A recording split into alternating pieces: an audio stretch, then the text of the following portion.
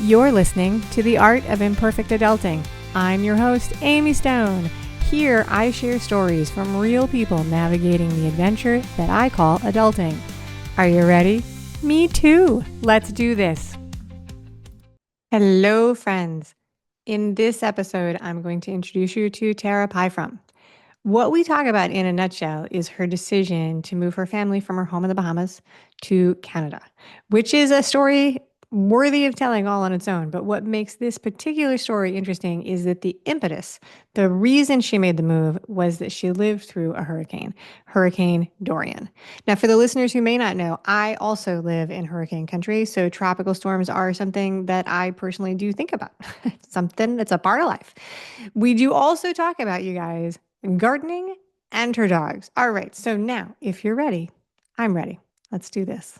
Tara Pyfrom, welcome to The Art of Imperfect Adulting. Thank you so much for having me. I'm so happy you're here. Are you ready for a chat? I'm looking forward to it.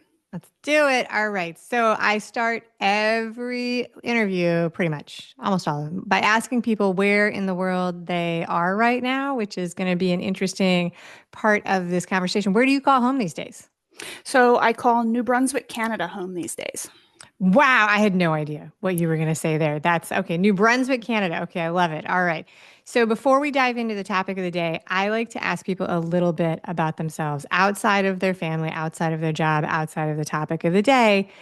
Tell us as little or as much about yourself, maybe a hobby or a pastime that you enjoy to get us started.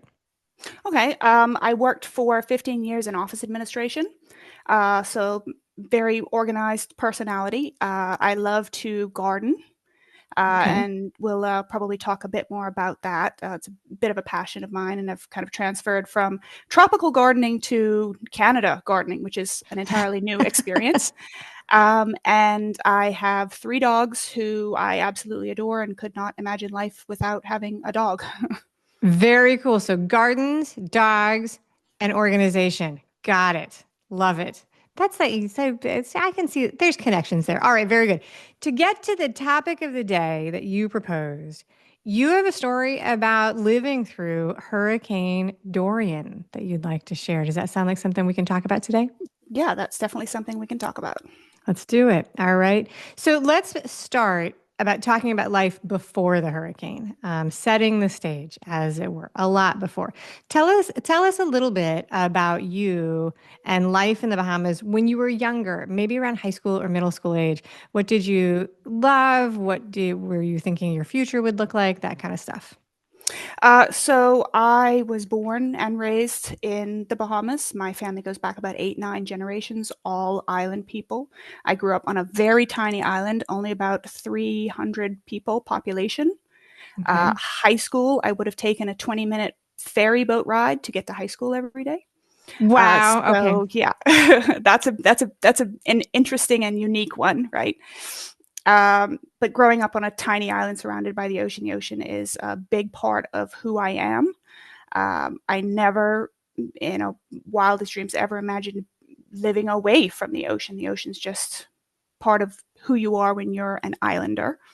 Yeah. And I never went to university. I went straight into the workforce straight out of high school, started out as a junior legal secretary with 0 experience and learned on the job. All right, so very good. So a small island in the Bahamas. So I mean, I think that everybody knows what the Bahamas are, but it if you spend a lot of time there, there are a lot of little tiny islands in the Bahamas, and there's a very different feel from the big islands to the small islands as you bop around in there, which makes sense, right? That's the same as a bit different feel from a big city to a small city. But it sounds like you were from a very small island. Yeah, very, Yeah. very small island, very, very separated from the bigger island and even more separated from what would be the capital city. And you had so you grew up and your family is from the Bahamas. And I looked up the stats for Hurricane Dorian in my research for this interview. That went through 2019. This is a pretty recent story. Yes. It didn't hit where I live in Miami, so I had to look it up because when we think about living through storms, I might be aware of a storm that doesn't come my way, but it's not imprinted on my memory as one that I actually have to deal with. I don't know if you're the same. But since you grew up there and you come from a family of islanders, what was your relationship to storms like before you went through this massive storm? Like, I mean, it's a part of life living near the ocean in some respects. Yes, absolutely a part of life, part of my parents' life, part of my grandparents' life. We have storms. We have our list of preparations. We hunker down. We do the things. We don't run away from storms. You're living on an island. Running away Right. involves an airplane. Right. Um, so, yeah. And throughout the course of my life, as a child, I don't remember a hurricane. Okay. As a young teenager, I don't remember any hurricanes. The first major hurricane I remember, I was probably about 15. And then when I was about 17 or 18, we had what then was like the biggest storm we'd ever had. And that was in 1999. We had Hurricane Floyd Yeah. and was devastation, terrible devastation. We were fine. Our home was fine. So it wasn't a personal impact, it was a community impact. Since 1999, the storms have increased in frequency. The storms have increased in strength. So there are more storms than I can remember the names of since 1999. I can remember the names of the big ones, the ones that had a direct personal impact. As you mentioned, if it didn't Yeah. directly impact you, then you may not remember the names of them. So yeah, more and more frequent storms, more and stronger storms, to the point that when my wife and I eventually built our home, it was built with storms in mind. So all of the latest technology, the strength of the house increased from houses that would have been built in the past, all preparing for stronger storms. Yeah, that's a really good point. And I'm curious about it. I won't ask you too much about it. I'm curious about it as someone who lives in the path of storms because we do build, but the situation there is when you build for something that you don't know what's coming, there's no way to know if it works until you get hit, which is a weird thing to live through. A weird thing to live through. It's like, this is storm proof. And you're like, well, okay, is it? Like, how do we know? All right, I'll take your word for it. All right, because all right. Okay, so 2019. Dorian is tied with the storm from 1935, which is just called the Labor Day storm. It has the record of being the strongest hurricane. I don't know if this is still correct, but it did come up when I looked it up. The Mhm. strongest hurricane in the Atlantic basin.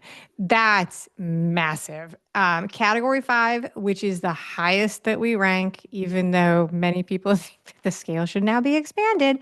So that's the highest when it hit the Bahamas. What do you remember from the days before Dorian? Because you live in storm country, you were raised with awareness of the weather, respect for the storms. They don't, it's not 1935 now, so we do have the weather forecast. In Miami, you have to like tune out the news because they're like, hey, there's a cloud off the coast of Africa. Get ready, and that's weeks away. I'm like, Mhm. and if you live in storm country, I don't know about you, but I'm like, yeah, no, I've got the water, I've got the batteries. Like, my prep begins right before the storm. What was it like for you guys, say 3 to 4 days before the storm? By 3 to 4 days before the storm, we knew it was going to hit us. So Okay. by 3 to 4 days of the storm, we were already bracing for what was potentially the biggest storm we had ever had. So So, yeah. our awareness of the storm, like you said, starts when, oh look, there's a cloud out into the middle of the Atlantic Ocean, and we don't know what it's going to do. We can't even. It's too far to even send the hurricane hunters, the airplanes, to go out and test it yet. But it looks bad. So our awareness, most of our weather forecast actually comes from South Florida. So Yeah. what you're seeing is what we would be watching, but we are watching it closer. Yeah. Um, so 10 days out, we know there's something. 6 days out, it's closer. 4 days out, it's all of the spaghetti models and all of the Oh, cones yeah. and all of those Right. things have us right in the middle of it. So even if it goes left or right, we're still going to be impacted. So at 3 to 4 days, we're already filling up our cars with gas. We're going to the grocery store to buy whatever we need because we're not going to wait till the 24 hours before because the lines are insane and they run out of things. Yeah. So we're used to this process. Yes, we've got the batteries. Yes, we've got the water. Oh, let's go buy a couple of cans of whatever. Let's start putting away patio furniture. Yes. Let's start securing our plant pots. Let's start, doing all the things that we do several times a year, every year. Yeah. Bring everything inside. The cone of uncertainty. Yeah, it's such an unpleasant feeling. It's such an unpleasant feeling to be in that. And it really, really is uncertain. So not much survives the direct impact of a Category 5 hurricane. That's just kind of the way it is. It's a massive, massive storm. I moved to where I live after Andrew, which was a Category 5 that blew through. But the devastation, it destroys everything within its path. So share with us where you were when you were riding out the storm. For people who are listening who've never kind of been through it, bad weather is bad weather and everybody knows what that is, but sort of, like where were you when you hunkered down? It's a long time. Tell us where you were and then sort of tell us what happened as you went through that 24-hour period. Okay. So we were living on Grand Bahama Island in the city, just outside the city of Freeport. So it's actually the northernmost island in the Bahamas. The tip of the island is only about 80 miles from Fort Lauderdale, Florida. So we're right next door. This storm came from almost directly east. And there's another island called Abaco. That was the impact point, yeah. That was the first impact point. So the storm came across Abaco before it came and hit Grand Bahama. So we were seeing videos and hearing things of the devastation coming out of Abaco before it got to us. We have relatives that live in Abaco. Thankfully, they were all safe. They were not a part of the worst that Abaco got. But that's like 24 hours before it hit us. And it's like, okay, so 24 hours. So you got to see some of those pictures and you were still waiting. Holy crap. Yeah. So the reality of it becomes, oh, this is the worst storm anyone has ever seen. It's 24 hours. There's nowhere to run. We can't get out of the way. That's when your mind starts, okay, we're going to be okay. We're going to be fine. We'll be fine. What could go wrong? We've done it before. We've done it before. We had a terrible hurricane in 2016, Hurricane Matthew. We had no electricity for like a month. And so for us, the lens of what would happen came from what the aftermath would look like, because Hurricane Matthew had only been 3 years before and the aftermath was terrible. And so we're looking at Hurricane Dorian from a lens of what after will look like. Yeah. We've been through so many storms. We've always been safe. Our home stood up to Hurricane Matthew, no problem. All of our hurricane-proof windows held. Our roof was fine. So for us, we felt safe in our home. It was a fairly new home, concrete construction, extra hurricane straps in the roof, hurricane windows, all of the things that keep us safe. Right. This is what I'm talking about. Like you buy the stuff, they tell you it's going to work. Yes. You don't know until Dorian knocks on the door. It. Yeah, until you try it. So the storm makes its way across and it's moving very slowly. Oh, no. And the forecast is that it may actually stop. On top of your house. Hurricanes don't stop. They just might move slowly. They might move faster. They don't stop. The forecast was it might stop. But they don't know when. And they don't know for how long, and they don't know where it's going to go after it stops. So there's a lot of uncertainty. I mean, weather predicting is uncertain anyway. This storm had an extra level of, we don't know what's going to happen. So we did everything, hunkered down. About 10 o'clock p.m. on the night of September 1st, 2019, wind started to kick up. We went to bed knowing that the storm was coming. We've done everything we can do. Got up every couple of hours, checked the weather forecast, checked the outside, checked the windows, checked everything. By 4 a.m. was the beginning of the deluge. We had our house on one of the saltwater canals on Grand Okay. Bahama. So we had saltwater ocean in our back door. We knew that the area had water flooding in storms in the past. There had been 6 inches to a foot of water in the area years before. That's So we okay. built 6 inches to a foot. so we built our home up. We had a 4-foot foundation in Right. addition to just the natural slope of the land with 6 feet above sea level. So we had about 10 feet above sea level, high tide mark. So we're good. We're elevated. So even if we get a foot of water, it's not going to matter. If we get 2 feet of water, it's not going to matter. It's going to wreck our garden. Yeah. We'll be fine. By 4 a.m., we had water inside our house. That's 10 feet above sea level. 10 feet of surge. Yeah. So it's annoying. We're going to have to slosh around in water for a while. The windows are all fine. The roof's fine. We're safe inside. But then the water kept rising. And so it Yeah. went from ankle height to knee height in an hour. And was your first story, was it living space or was it like garage storage space? No, so first story is living space, all Living one space. level, All right. All ranch one level. So ranch you level. didn't Yep. have, okay. So, Yep. oh, yikes. All right. Yeah. No So, second story. oh my goodness. All right. So you're on a canal. The water is rising and you've got 12, roughly 12 feet of space inside. How high does the water go? The water keeps going.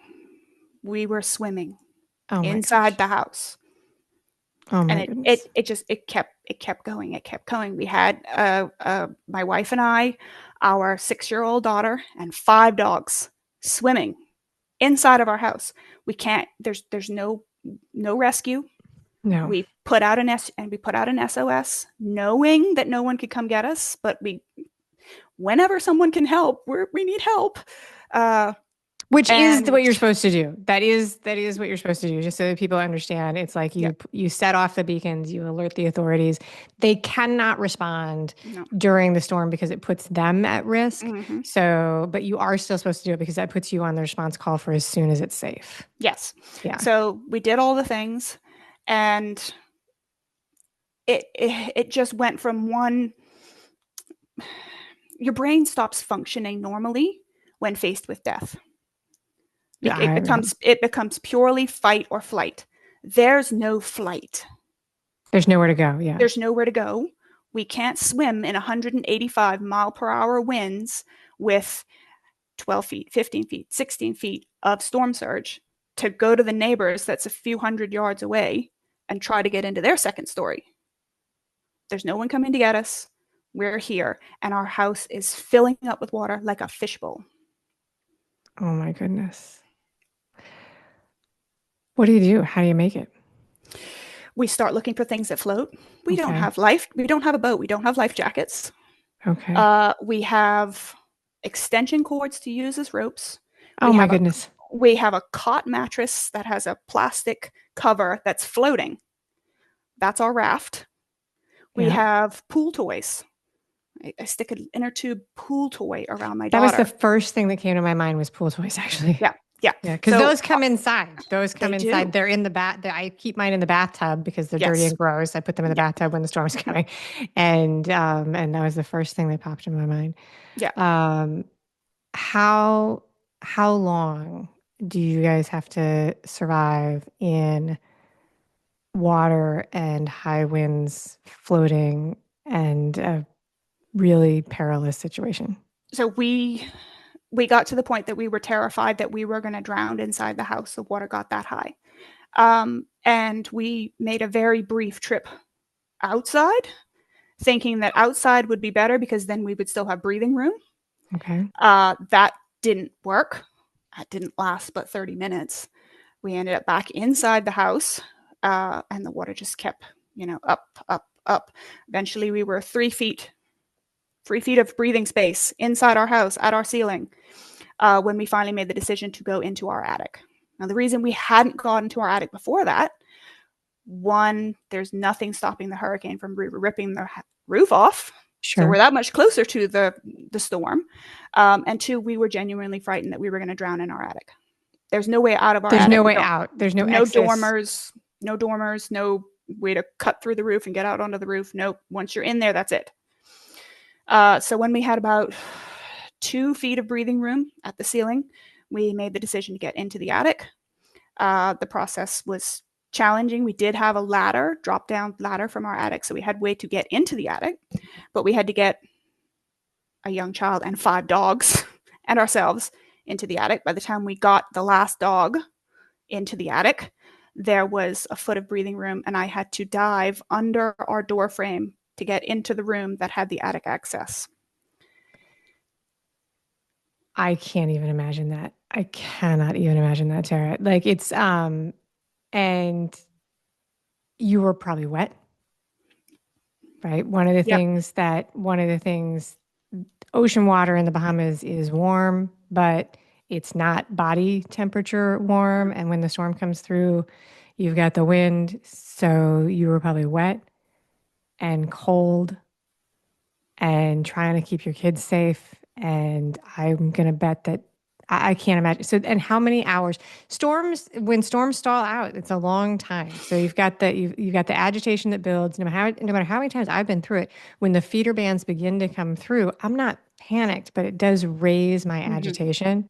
Mm-hmm. In fact, I will say I didn't grow up here, but like after living in the tropics or the near tropics for over 20 years, when the pressure drops, when the storm gets close enough and the pressure drops, that's when like I can feel when I see the ants start to climb up the walls Mm-hmm. pre-storm, like Mm-hmm. it's just like a little switch that goes off. It's like, all right, it's time to get ready. Yep. And then, um, and then when the things you think are going to keep you safe are not, and you're in survival mode, this was probably 12 hours. It was more. Okay. So the water started entering the house around 4 a.m. We went to the attic by 11 a.m. And then it's dark.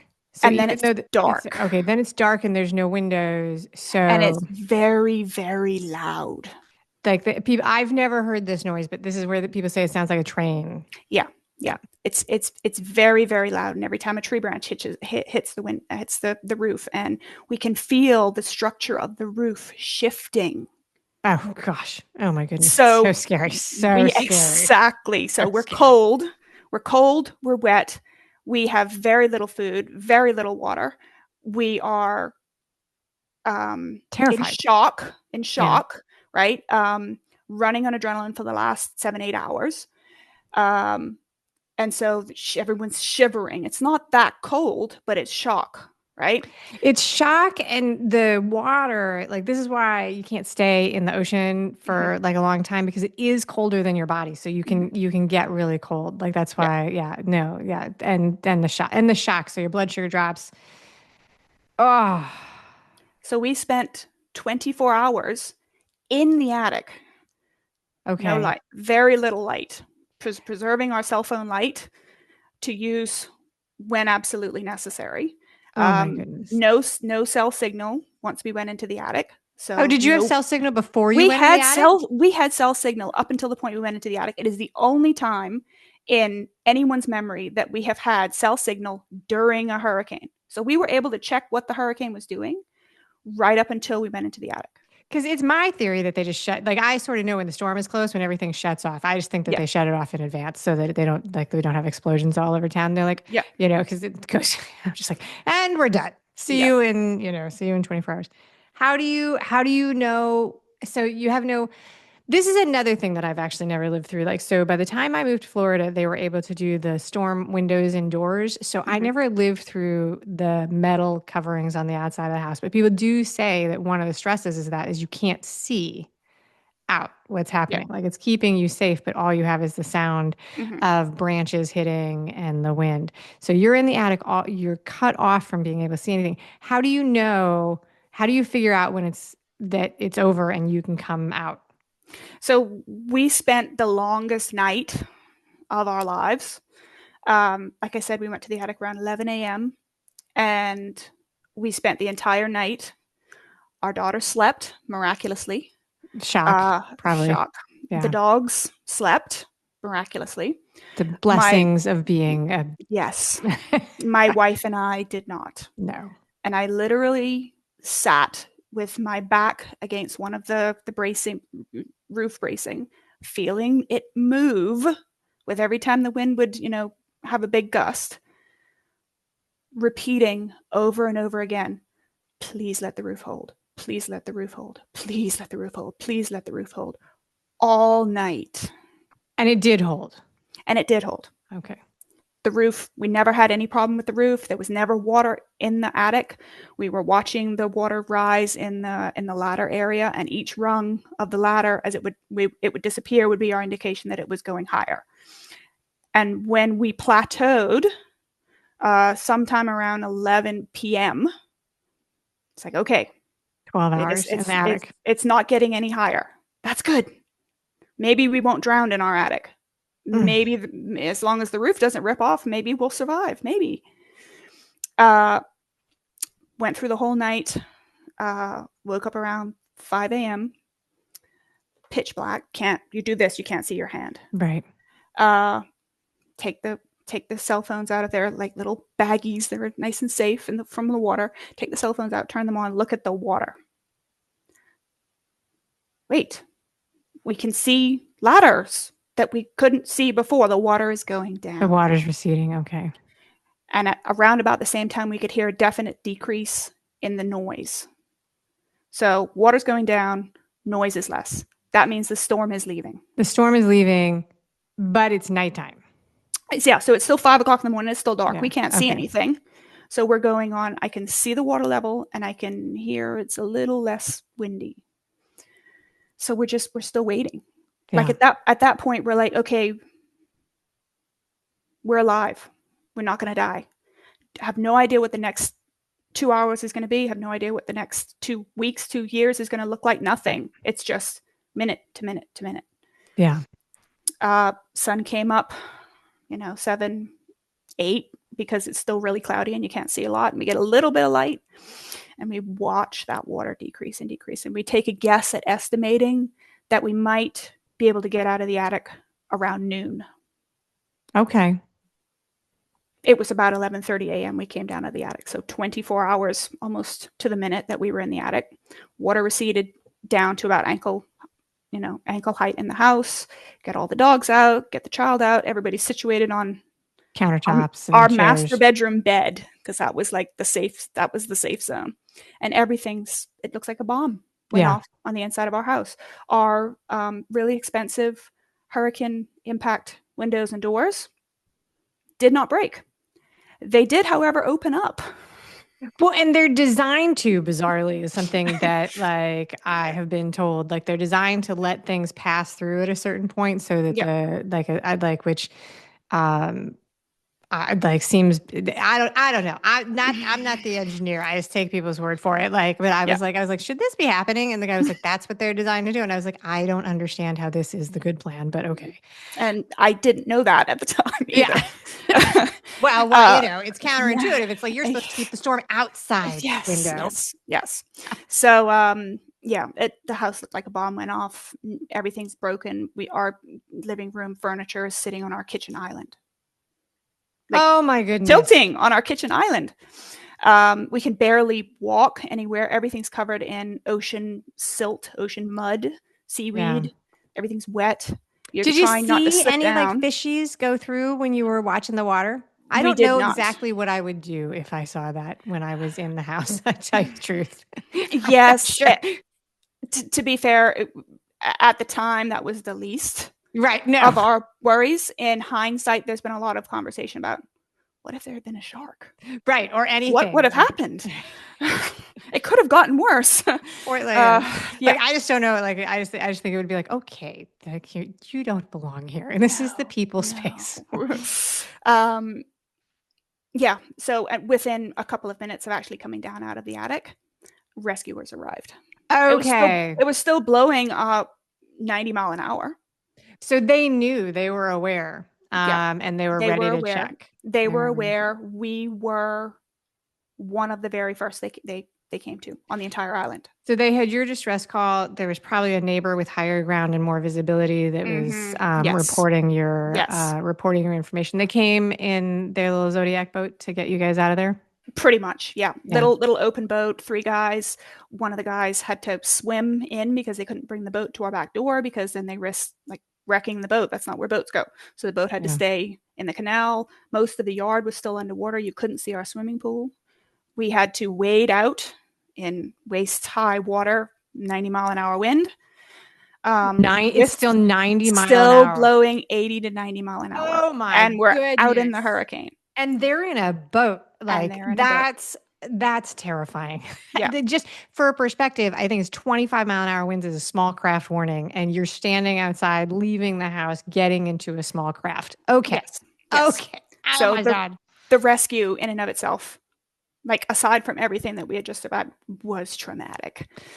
But also, were you feeling relief and a push to do it? Did you feel like this is the next safe move? Like Well, we need to do this? seeing the rescuer pop up out of the ocean, we're like, where the heck did you come from?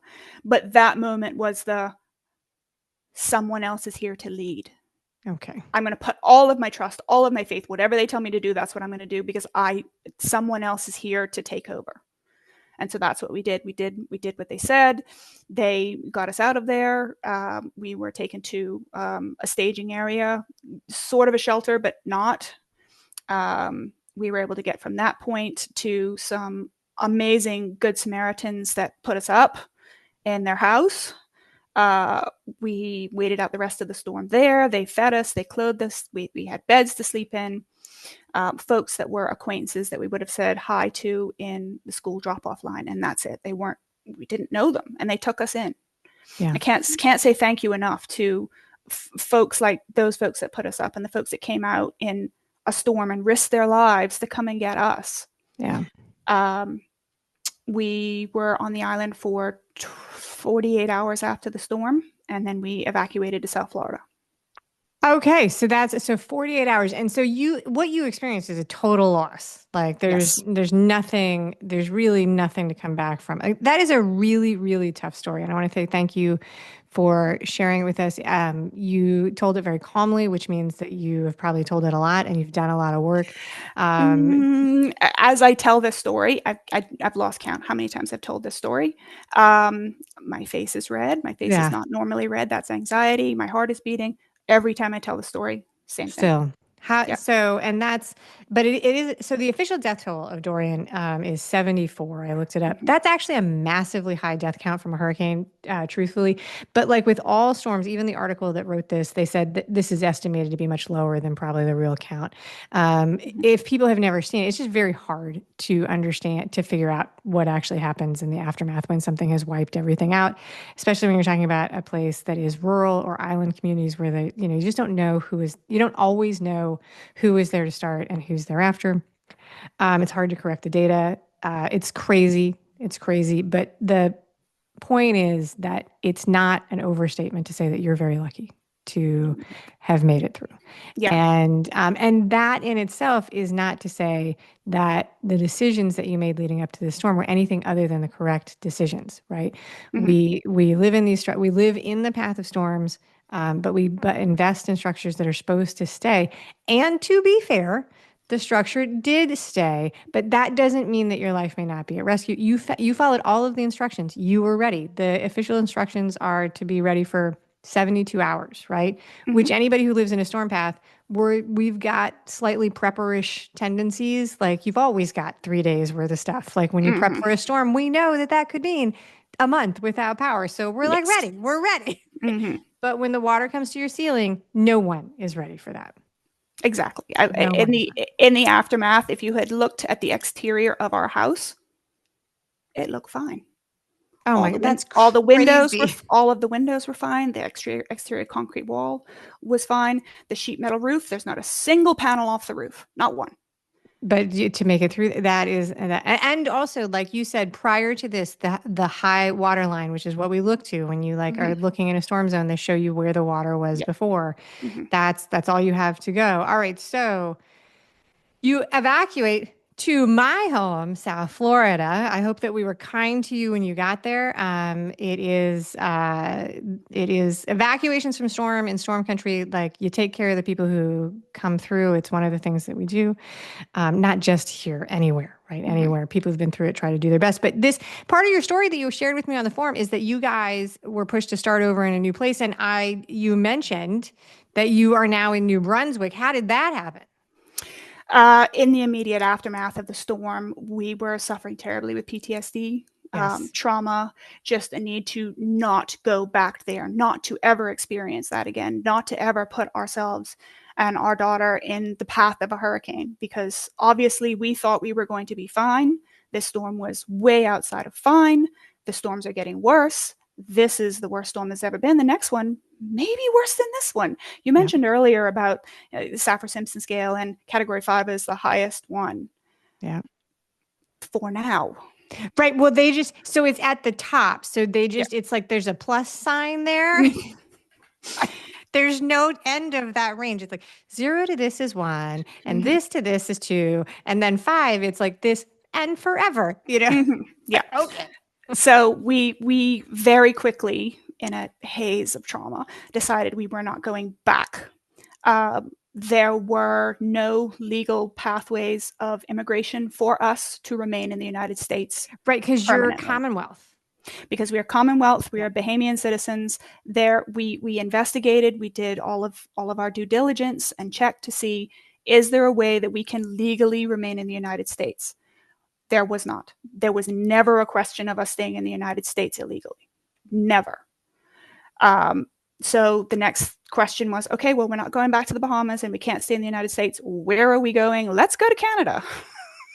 Where every Bahamian who's never been experienced weather below the temperature of 68 wants to be. So, in due fairness, for us, when we live on the beach, we go to the snow for vacation. Okay, So so you we did would at least have a concept. You were not like Cool Runnings. no, Like, but right. but to be fair, vacationing for a week in the snow is a completely different experience than living in it permanently. I believe that. I Yeah. definitely believe that. So you moved 2019 was the storm. You moved Mhm. in 2019 or it was like 2020? We left immediately. We were in Canada 6 weeks after Hurricane Dorian. 6 weeks. Yeah. Wow. All right. And you've got nothing. Were you able to was there anything recoverable from your house? We recovered some, not a lot. My wife had photo albums, hundreds and hundreds of photo albums from childhood that are gone. They can't be replaced. We had Oh, childhood things of our daughters that we were saving for her, gone, not replaceable. Um, we, I'm sorry. yeah, it's a Sorry. lot. I mean, I had all of our I don't know, 15,000 digital photographs. We travel, we take lots of photographs, amateur photographers, in a Ziploc bag inside our fire safe. Right inside Appar- the Apparently, fire safes are not waterproof, and Ziploc bags don't necessarily keep out salt water all the time. 15,000 photographs gone. oh my goodness. Um, so we had what we could you know salvage and clean. We had clothes that were donated to us when we were in Florida. We were blessed to be financially stable enough to purchase things. Yeah, no, Um, that should not go understated. Like that's yeah, one of the we big we challenges of surviving the storms we is we were so yeah, blessed in that our financial stability. We weren't destitute. We weren't having to sleep on the street corner. yeah. Um, And so we packed up what we had in our car and we drove from South Florida with our 6-year-old and 5 dogs to Canada, having never been to New Brunswick. Now we had visited Vancouver many years before, had never been to where we were driving to. Just No idea, points, no no idea, idea. no idea what we were This going to do when we got there, but that's where we were going. like this probably sounds to people who've never seen anybody who's got storm anxiety. It might seem like it's an extreme reaction, but I did not live through Andrew, but I know about 50 people who did, and they have a very similar reaction to Mm-hmm. to this. Most of them, there's some crazy statistic that almost everybody who was in Miami for Andrew doesn't actually live here anymore. Like almost everybody who lived through it eventually over the period of like 10 or 15 years left. Yeah. And one person I know who lives in Central Florida, where she moved because she thought that was storm safe, she still experiences anxiety. And now, like you said, the storms aren't doing what they're supposed to do. Now they come to Central Mhm. Florida, and she's super pissed off about that. She's super Gotta, pissed off gotta, about that. gotta keep moving north. She's just super. She's like, this is not the deal, Mother Nature. So do you still have family and friends in the Bahamas? Do you go back? We go back regularly. The Bahamas will always be home. I say Okay. that I call New Brunswick home, but we still refer to the Bahamas at home as home. Did you guys do therapy and stuff? Are you Lots, lots, lots, probably lots, yeah, probably lots and lots of ongoing. therapy. Yes, lots of therapy for ourselves and for our young daughter. We were really concerned about her mental well-being. She was 6 years old. She's faced with death. Yeah. You're not supposed to be faced with that at 6 years old. So we got her into therapy right away. She took to it wonderfully. Um, and she recovered from the storm much faster than my wife and I did. Well, that is when people say kids are resilient, that's actually what Yeah. I think they mean, right? Like if you Yes. give them the tool, not that they will bounce back on their own, but if you give No, them but the if you, tools yes. and you work with them. And one of the differences between in your situation, and I'm not an expert on this, but I've, talked to a lot of people and been through my own experiences. She always had you Mhm. there. You were the person who's in charge of keeping her safe, and you were doing that while you were there, right? Yeah. But you were the person in charge of keeping her safe and you safe, you and your Yes. wife. Like the Yes. adult has a different experience. Hmm. The adult has a different experience. And I think that when you talk about seeing the rescuer and Hmm. being like, And oh, giving, yes. thank Hmm. you, like finally somebody else is here, like I can only imagine what a relief that was. And thank goodness it was. All right. So this is quite a story. Thank you for sharing it. It's very, very intense. You've written a book about this. I'm curious what inspired you and motivated you to turn your story into a book, because you had a choice to just like live with it and do your own thing and not talk about it ever again to anybody other than the people in your circle. Yeah. The book began as therapy. So I've been a writer, so to speak, most of my life. I wrote short stories as a child. I wrote poetry as a teenager, and well into my adulthood. Always kind of in the back of my head. Oh, I wish I could write a novel.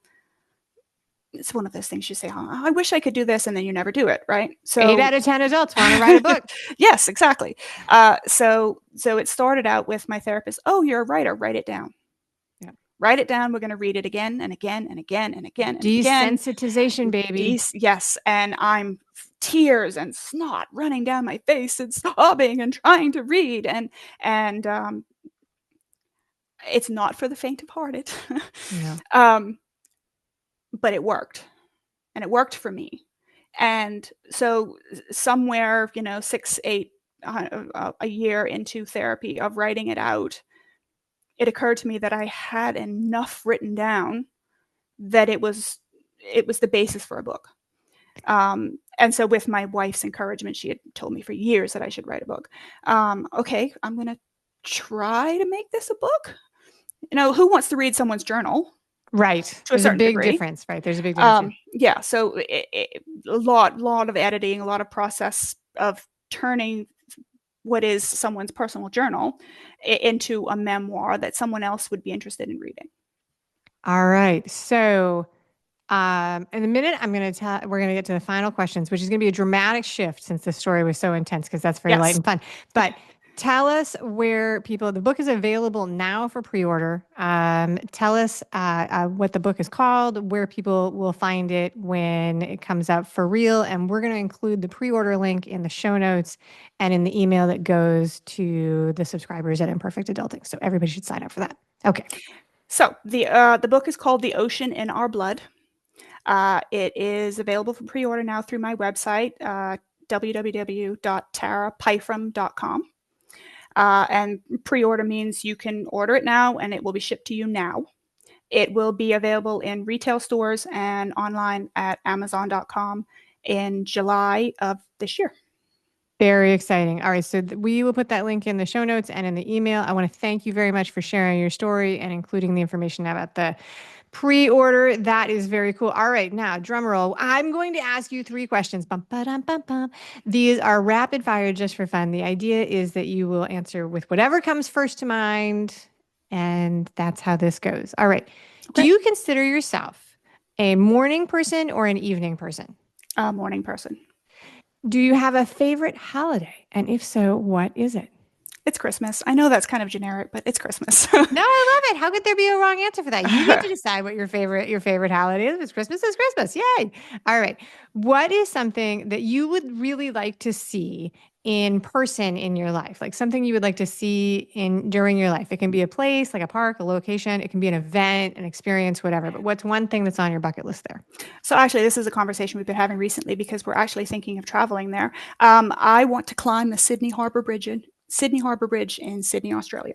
That looks awesome. That is also on my list. And it's funny, I'm not a heights person, but that is on my list of things that I will, when I go to Sydney, I am going to be like, put on my big girl pants Yep. and do that experience. It just looks like an amazing experience. I love that you shared that. That's fantastic. That's it. Tara Pyfrom, thank you so much for being an amazing guest today on the show. Thank you so much for having me. I appreciate it. Thank you for listening today. I hope that you enjoy the show. And before I go, I want to encourage you to become a bigger part of the conversation. Obviously, subscribe wherever you're listening to the show. Listen to more episodes. That'd be great. Again, please write a review and tell your friends about the show. That truly is a great help for getting the show in front of new people. Okay, but more fun for you yourself. Head over to imperfectadulting.com and join the email community. You'll get some free stuff right away, and that way you'll begin to get the emails about the podcast. This includes the links for the special offers from the guests, and it's the only way to get that. Also, if you aren't in the mood to listen, I actually include an article directly in those emails. Whee! Now, if you love this and you crave more time with me, Amy, as a coach, a mentor, or just adultier adult, numero uno, check out The Village. If you have a story you want to share with the listeners, I'd love to hear from you. I have an open application. Just let me know you want it. And that's a wrap for today. Until next time, remember, the journey is the destination. Ralph Waldo Emerson said that, not me. Well, until just now, I did just say it. But what I want you to hear today is that if your adulting journey isn't going the way you expected, that may not mean that you're lost. It may just mean that you're on your way. This is Amy Stone, signing off. The Imperfect Adulting podcast is created and produced by Amy Stone and Amy Says So. Anything expressed on this show is offered as entertainment, and the views of the guests may not always represent the ideas and viewpoints of the host. That's me. Amy does not intend or hold herself out to provide professional advice or recommendations of any kind. In the end, you and you alone need to make those kinds of decisions based on your personal and individual situation, needs, circumstances, and comfort level.